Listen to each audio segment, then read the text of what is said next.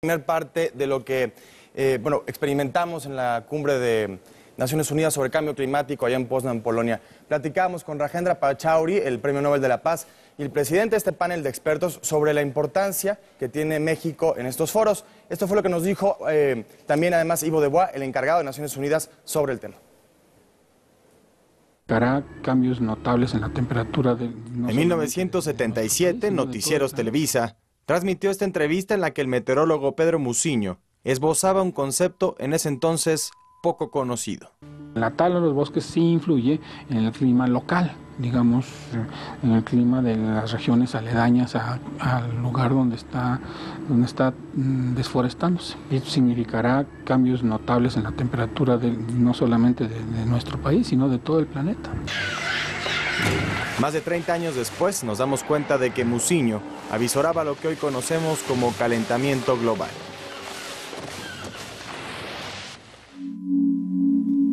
Y de que el tiempo, cuando se trata del planeta, avanza mucho más rápido de lo que pensamos.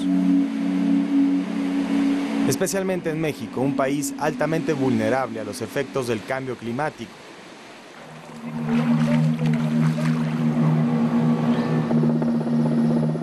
Las inundaciones en Tabasco, las sequías en el centro y norte del país y la intensidad de los huracanes que golpean sus costas son las primeras pruebas de esto. Y no es solamente un aviso de lo que pueda suceder en el futuro lejano. Se trata de un llamado de atención sobre lo que ocurre hoy, aquí. Mexico is one of the most diverse countries in the world. There's deserts, there's tropical forests, there's mountains, there's low-lying areas, and Mexico's diversity is directly threatened by climate change. And it's not just something that will happen in 50 years, it's something that is beginning to happen already today. I'm sure we'll see changing rainfall patterns, we will see storms coming that plague Central America much more than they did before.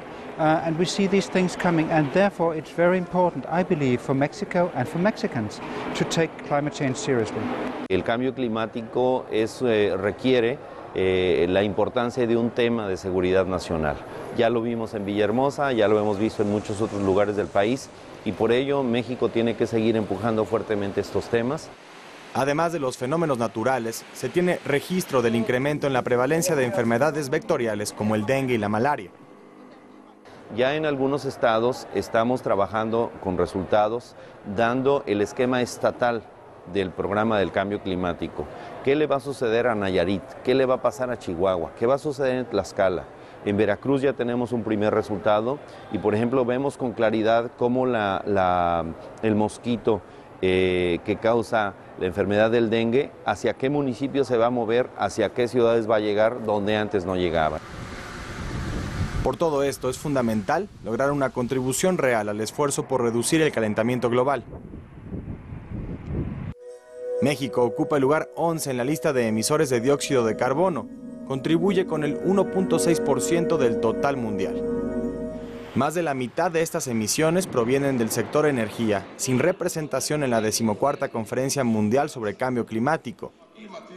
Algo que para las integrantes del Centro Mexicano de Derecho Ambiental, la única organización no gubernamental 100% mexicana presente en este foro internacional, sirve como evidencia de la falta de coordinación intersecretarial que existe sobre el tema del cambio climático en México. El sector energía es el que más emite gases de efecto invernadero y bueno, no se ve una presencia muy seria de la Secretaría de Energía ni se ven unos planes muy claros para reducir las emisiones, sobre todo en la generación de energía eléctrica y de combustibles limpios. No importa tanto que no vengan aquí, sino que a nivel nacional que trabajen de una manera coordinada para poder empezar a tomar estas acciones y lograr que se reduzca el problema. El resto de las emisiones provienen principalmente del sector transporte y de la actividad industrial. En estos rubros, la Secretaría del Medio Ambiente reporta avances importantes en la reducción de contaminantes, no obstante, aclara que aún hay mucho por hacer. México quiere hacer más, México puede hacer más. ¿Qué requiere? Tecnología y financiamiento. Si el Fondo Verde a través de estas negociaciones nos va a dar apoyos adicionales, son bienvenidos, trabajaremos más para hacer un poco más, para que México sea un país ejemplar. Para el secretario ejecutivo de la Convención Marco de las Naciones Unidas sobre Cambio Climático, la proactividad que ha mostrado México en los foros internacionales es destacable.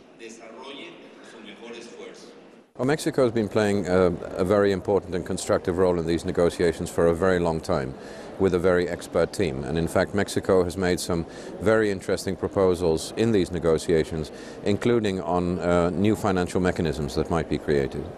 Sin embargo, lanza un llamado a la sociedad para que presione a sus autoridades a avanzar en la agenda ambiental. My message would be, tell your politicians that you want a solution in Copenhagen. Tell your politicians that we need a serious answer to this issue, and tell the politicians that a result must be achieved in Copenhagen. Y el llamado no es solo desde los espacios de la plenaria o de la propia Secretaría Ejecutiva. Es una exigencia que se escucha de las generaciones que heredan una tierra en condición crítica y que saben que la supervivencia no es algo negociable. Concluyen de esta forma los trabajos de la 14ª Conferencia Mundial de las Naciones Unidas sobre Cambio Climático y empieza la cuenta regresiva hacia Copenhague, Dinamarca, en donde las partes tratarán de llegar a acuerdos sobre el tema más importante de nuestra era, el reto más importante de nuestra generación, el del deterioro del medio ambiente. Desde Poznan, Polonia, para Noticieros Televisa, Constantino Arizmendi y Enrique Acevedo Quintana, enviados especiales.